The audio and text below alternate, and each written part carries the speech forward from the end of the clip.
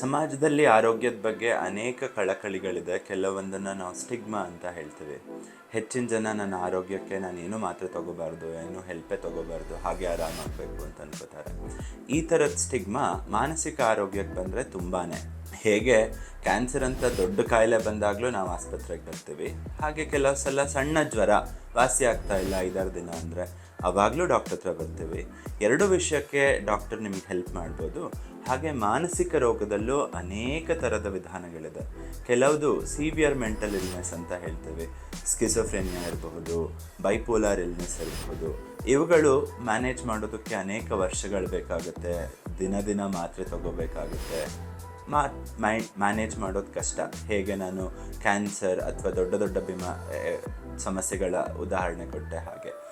ಆದರೆ ಇನ್ನು ಕೆಲವುದು ಸಣ್ಣ ಜ್ವರದ ಥರ ಸಾಮಾನ್ಯ ಸಮಸ್ಯೆಗಳು, ಕಾಮನ್ ಮೆಂಟಲ್ ಡಿಸಾರ್ಡರ್ಸ್ ಅಂತ ಹೇಳ್ತೀವಿ. ಆಂಗ್ಸೈಟಿ ಸಮಸ್ಯೆ ಇರ್ಬೋದು, ಡಿಪ್ರೆಷನ್ ಸಮಸ್ಯೆ ಇರ್ಬೋದು.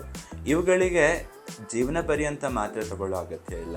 ಮಾತ್ರೆಗಳು ಯಾವುದೇ ಅಡಿಕ್ಷನನ್ನು ಕಾಸ್ ಮಾಡಲ್ಲ. ಟ್ರೀಟ್ಮೆಂಟ್ ಡ್ಯೂರೇಷನ್ 3-6 ತಿಂಗಳು, ಜಾಸ್ತಿ ಅಂದರೆ 9 ತಿಂಗಳು ಇರಬಹುದು.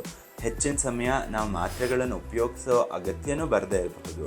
ಬರೀ ಕೌನ್ಸಿಲಿಂಗ್ ಅಥವಾ ಆಪ್ತ ಸಲಹೆಯಿಂದ ಅಷ್ಟೇ ಇವುಗಳನ್ನು ಟ್ರೀಟ್ ಮಾಡೋದಕ್ಕೆ ಸಾಧ್ಯ ಇರಬಹುದು.